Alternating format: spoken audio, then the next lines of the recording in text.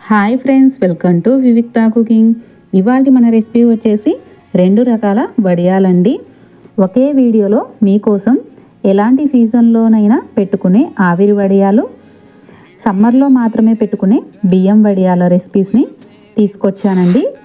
ఈ వీడియోని ఎక్కడ స్కిప్ చేయకుండా చూడండి, మీకు అర్థమవుతాయి. నేను చెప్పిన టిప్స్ అండ్ కొలతలతో ట్రై చేయండి. చాలా సింపుల్గా మీరు ఈ వడియాల్ని ప్రిపేర్ చేసుకోవచ్చు. ఇప్పుడు ఫస్ట్ రెసిపీ వచ్చేసి బియ్యం వడియాలండి. బియ్యం వడియాల కోసం ఒక చిన్న మిక్సీ జార్లోకి 2 టేబుల్ స్పూన్ల సగ్గు బియ్యాన్ని యాడ్ చేసుకొని వీలైనంత మెత్తగా మిక్సీ పట్టుకొని తీసుకోవాలి. ఇప్పుడు ఒక బౌల్లోకి 1 కప్పు బియ్యం పిండిని తీసుకోవాలండి. ఇప్పుడు ఈ బియ్యం పిండిని చేతితో కాస్త ప్రెస్ చేసినట్టుగా చేసి మరి కాస్త బియ్యం పిండిని యాడ్ చేసుకొని బౌల్లోకి తీసుకోవాలి. నేను ఇక్కడ పొడి బియ్యం పిండిని మాత్రమే వాడుతున్నానండి. నేను ముందుగానే జల్లించి తీసుకున్నాను. ఇప్పుడు ఇందులోకి సగ్గు బియ్యం పిండిని యాడ్ చేసుకొని 1 కప్పు వాటర్ని యాడ్ చేసుకొని మొత్తం ఒకసారి బాగా కలుపుకోవాలి. ఇప్పుడు ఇందులోకి 2.5 కప్పుల దాకా నీళ్ళని యాడ్ చేసుకోవాలండి. వాటర్ మొత్తం ఒకేసారి వేయకుండా కొంచెం కొంచెంగా యాడ్ చేసుకుంటూ బాగా కలుపుకోవాలి. చూడండి, నేను 2.5 కప్పుల దాకా వాటర్ని యాడ్ చేసుకున్నానండి. ఏమాత్రం ఉండలు లేకుండా బాగా కలుపుకొని తీసుకోవాలి. చూడండి, ఈ విధంగా కలుపుకొని తీసుకోవాలి. ఇప్పుడు స్టవ్ పై ఒక కడాయి పెట్టి 6.5 కప్పుల దాకా వాటర్ని యాడ్ చేసుకోవాలండి. మొత్తం వాటర్ వచ్చేసి 9 కప్పుల వాటర్ని తీసుకోవాలండి.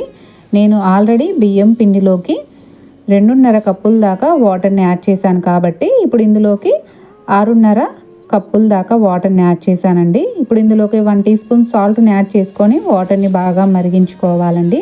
చూడండి, వాటర్ ఈ విధంగా మరగడం స్టార్ట్ అయిన తర్వాత మనం ముందుగా కలిపి పెట్టుకున్న బియ్యం పిండిని మరొకసారి కలుపుకొని వాటర్లోకి యాడ్ చేసుకొని ఏమాత్రం ఉండలు కట్టకుండా వెంటనే కలుపుకోవాలి. స్టవ్ని హై ఫ్లేమ్లో మాత్రమే ఉంచుకొని కలుపుకుంటూ ఉడికించుకోవాలి. ఇలా కలుపుకుంటూ ఉడికించుకోవడం వల్ల అడుగంటకుండా చక్కగా ఉడుకుతుంది.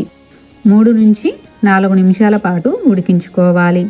చూడండి, కన్సిస్టెన్సీ అనేది ఈ విధంగా వచ్చిన తర్వాత స్టవ్ ఆఫ్ వేసుకొని 1 టీ స్పూన్ జీలకర్ర, 1 టీ స్పూన్ రెడ్ చిల్లీ ఫ్లేక్స్ని యాడ్ చేసుకొని మొత్తం ఒకసారి బాగా కలుపుకోవాలి.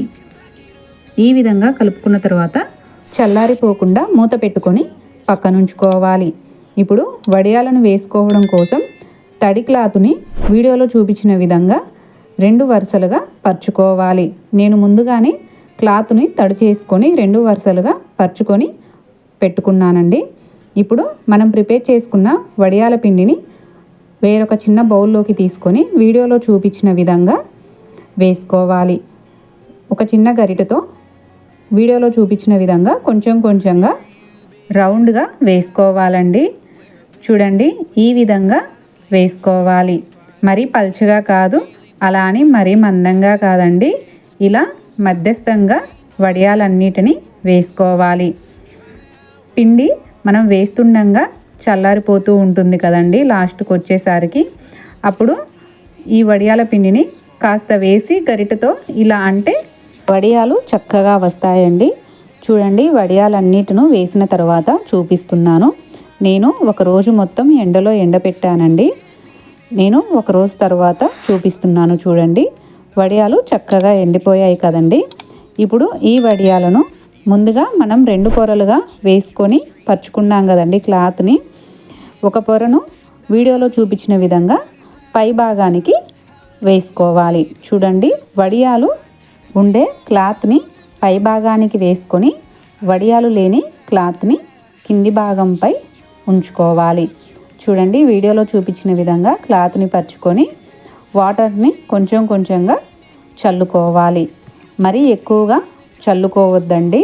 అలా వాటర్ని ఎక్కువగా వేసుకుంటే వడియాలు అనేవి అతుక్కుపోయి చక్కగా రావండి. చూడండి, కొంచెం కొంచెంగా ఈ విధంగా వాటర్ని స్ప్రింగిల్ చేసుకొని వడియాలు కాస్త నానే తర్వాత క్లాత్ని కాస్త లాగినట్టుగా అని వడియాలను ఈ విధంగా చేతితో లేపితే చక్కగా వస్తాయండి. చూడండి, పల్చగా భలే రౌండ్గా వచ్చాయి కదండి.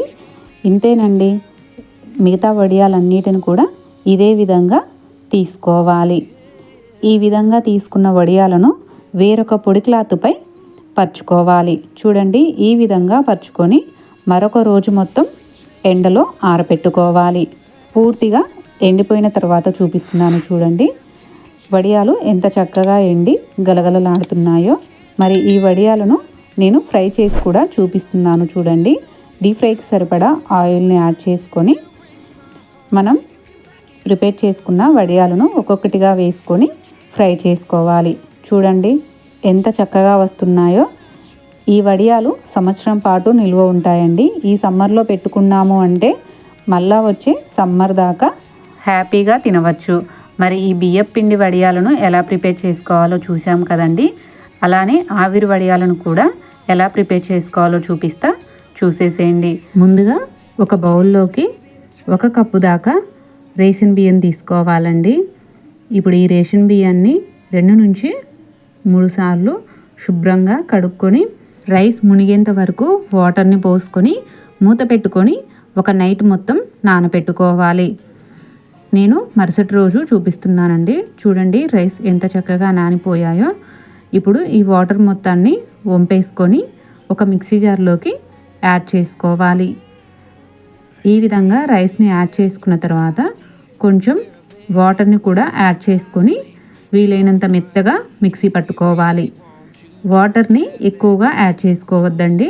కొంచెం కొంచెంగా యాడ్ చేసుకొని చాలా స్మూత్గా వచ్చేంత వరకు మిక్సీ పట్టుకోవాలి. చూడండి ఈ విధంగా స్మూత్గా రావాలండి పిండి అనేది.